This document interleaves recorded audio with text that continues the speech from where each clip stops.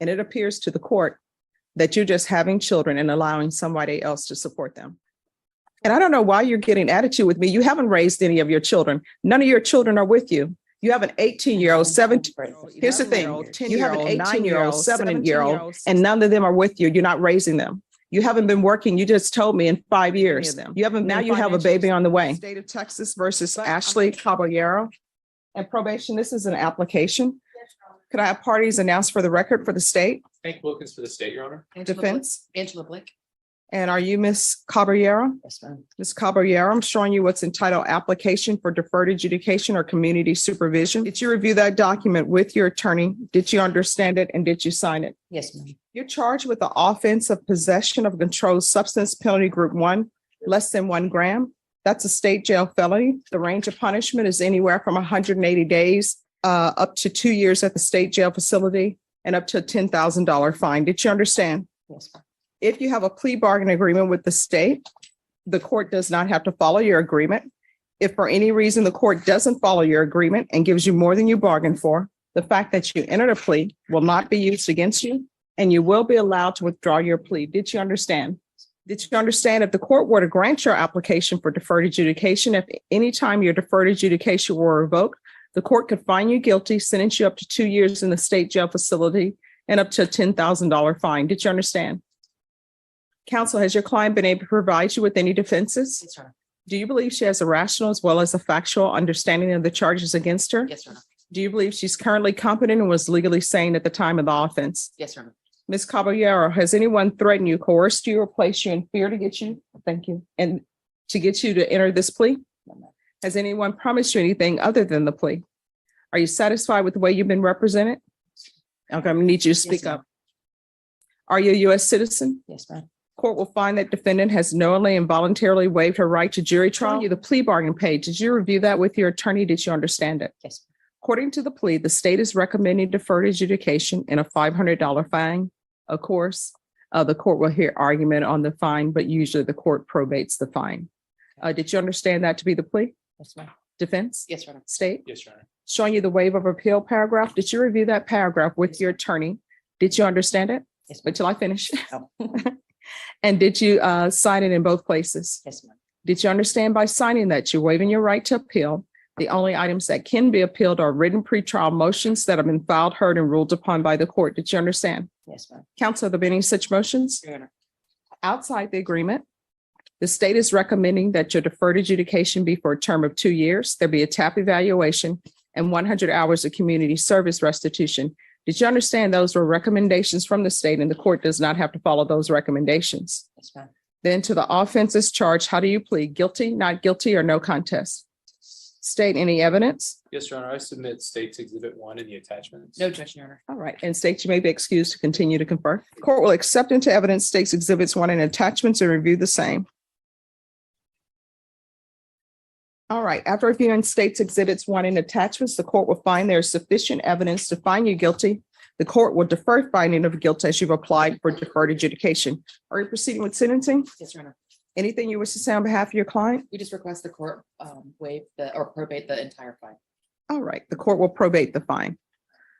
Ms. Caballero, how many children do you have? I have 7. 7? Everyone, please whisper. And what are their ages? I have 18, 17, 16, 11, 10, 9, and a 7. Wait, 11, 10. 9, 9. and 7. All right, and now you have a baby on the way? Yes, ma'am. All right, you're 18, 17, 16, 11, 10, 9, and 7. Where are they? My 3 oldest are with their dad. My 10-year-old and my 9-year-old are adopted by my cousin. My 11-year-old and my 7-year-old are adopted by my brother. So because you're saying adopted, I'm assuming there was a CPS case? And what happened with the CPS case? I voluntarily signed over my rights. All right, what were they asking you to do that you did not do? I didn't comply with my house service. I needed 1 room to be completed and it wasn't completed on time. So Child Protective Services does not have you signing away your rights because of place. I was doing everything I was supposed to. It's just, my house wasn't completed to get my kids back on time. So It was either the state took them or they voluntarily set No. for my rights. Child Protective Services, that's not the way it works. The way Child Protective Services works. And I would tell you, I think your attorney may have handled child protectors. You have not? Not many. All right, I've handled plenty of Child Protective Services cases. And what you're telling me, that's not the way it works. You know how it works? They give you a year to get your life together to try to get your children back. And what ends up happening is you have a babysitter for free for a year. And what they want you to do is not use drugs. They want you sober. They want you to have a place for your children. They want you to be able to financially support your children. Now, if your housing is not ready, because they help you get housing. Yes, it was just that's what it was, the placement, my housing. It was just, they said that one of the rooms wasn't completely finished because I had to rebuild my rooms. No, let me just tell you, what you're telling me now is not true. And let me tell you why I say it's not true. Now, that may be a part of it, but that's not the whole reason, because I've just told you, Child Protective Services, if you need housing for your children, guess what? They will help you get housing for your children. If there's a problem with the house where you're staying at, where maybe it's not up to code, guess what? Child Protective Services will help you get your house up to code. They do all of that. But if your house is not up to code, if you're moving a man in that you're not supposed to be moving in, and if you're still doing drugs, no, Child Protective Services is not giving your child back. And they will give you a year to get your act together. And if you have your act together within that year, but you still need a little thing, like, for example, you're telling me you need your housing, they will extend it. So the fact that all these children you have, which is 1, 2, 3, 4, 5, 6, 7, and you don't have any of them in your custody and all of them were adopted out, that tells me not only did you not do anything within a year, and the fact that they didn't extend you, because it doesn't sound like they extended you, that means that you were not doing anything. And now you're about to have another child. Are you employed? No, When's the last time you had employment? 5 years ago. I'm sorry, 5 years ago. 5 years ago. And is the father of this child the same father of your other children? No, ma'am. Who's the father of the 18-year-old? His dad, Christopher Christopher? Solis. So Christopher is the father of 18, 17, and 16-year-old. Who's the father of the 11-year-old? Daniel Delaveres, Who's the father of the 10 and 9-year-old? the same. And the 7-year-old? Same. And this child? No, not this So how often are you using meth? one. Well, I was using it often when they took away my kids, but when I signed them over. See, now this is where the dishonesty come in. I asked you, why were your rights taken away from you? And what did you tell me? Housing. And I even told you, I've done CPS cases and they don't just take it away for housing. Now you come back with, I was using when they took my children away and I signed. After I got my kids taken from me. Yeah. That's when I So, started using meth. How many times were you using meth? After they took my kids, I was using it on every day. All right. And how many times were you using it before CPS even got involved in I your life? wasn't using nothing Oh, so why did CPS get involved in your life? because my daughter had an accident. Which daughter? My youngest, my 7-year-old. What accident did she have? She fell from the second floor balcony to down the second floor balcony under the father's watch. Okay. So let me explain something to you. Children cannot support themselves. And it appears to the court that you're just having children and allowing somebody else to support them. For example, if I were to have a child, I can't say, oh, cute baby, and then put them at Travis Park and say, good luck to you. And that's what you've been doing with all of your children. You haven't raised a single one of them and you haven't been working. So let me just tell you, I'm gonna help you with that. And I don't know why you're getting attitude with me. You haven't raised any of your children. None of your children are with you. You have an 18-year-old, 17. Here's the thing. You have an 18-year-old, 17-year-old, 16-year-old, 11-year-old, 10-year-old, 9-year-old, 7-year-old, and none of them are with you. You're not raising them. You haven't been working. You just told me in 5 years. You haven't been financially supporting any of them. Now you have a baby on the way. But I'm going to help you with that. So I'm going to sentence her to 4 years deferred adjudication. There's going to be a TAP evaluation in custody. And she's to follow all recommendations of TAP. Other than this felony case, does she have any other felonies? Not on her, well, pending, Your Honor, or in her record. on our record. I believe she has one other felony. on For her record. what? I'm not, Unauthorized use of a vehicle. okay, I know it's a state jail felony, Your Honor. She says unauthorized use. All right, she's going to do a TAP evaluation in custody. All the recommendations will be followed. If TAP says that she's not to do inpatient treatment before she's released, we're going to come back to court and find out what treatment program she needs to be in with whatever treatment court that's available. You're going to get employment.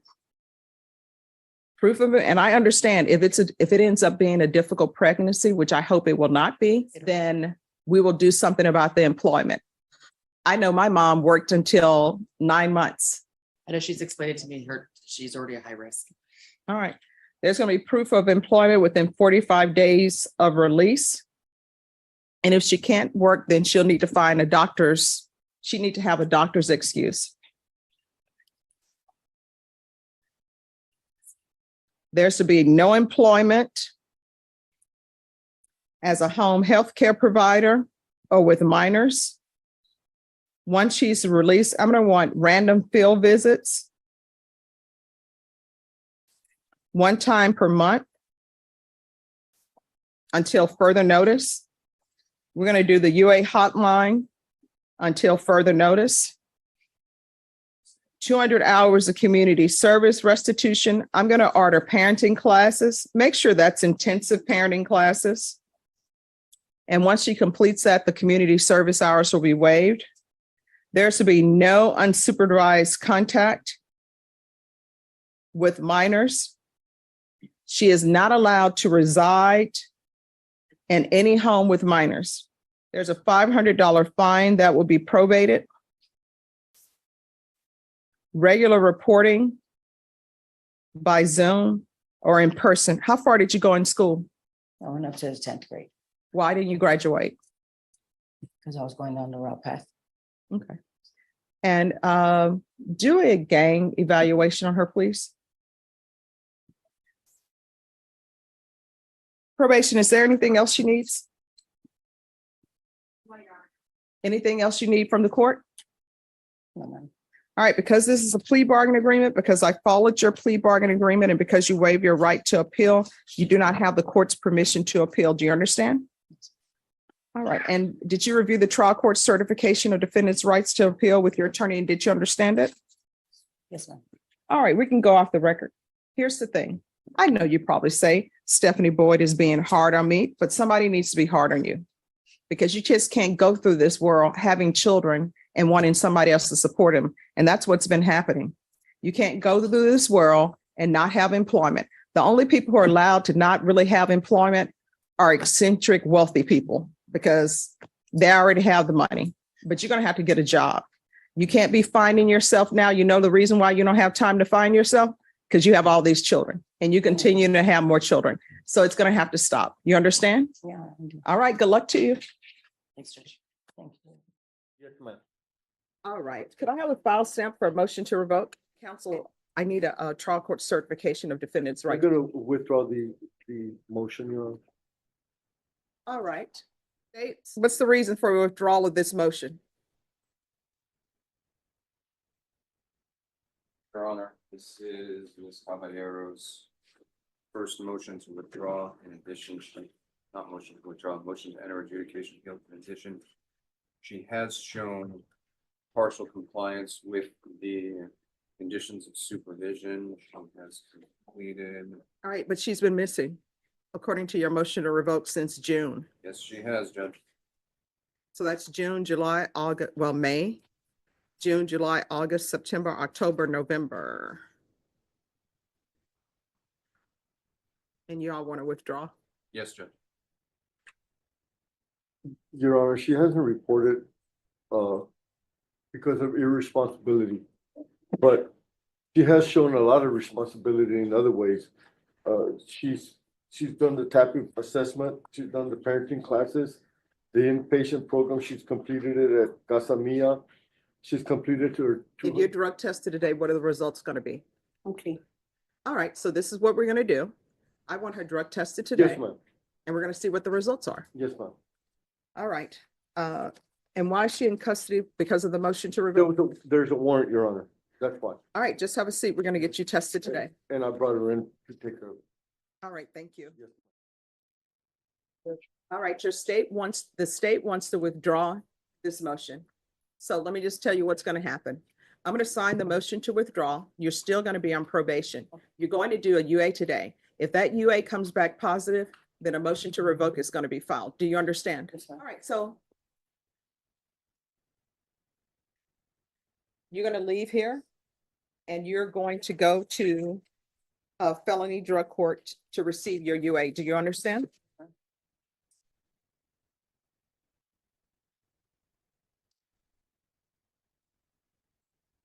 All right, Deputy Laura, she can be released.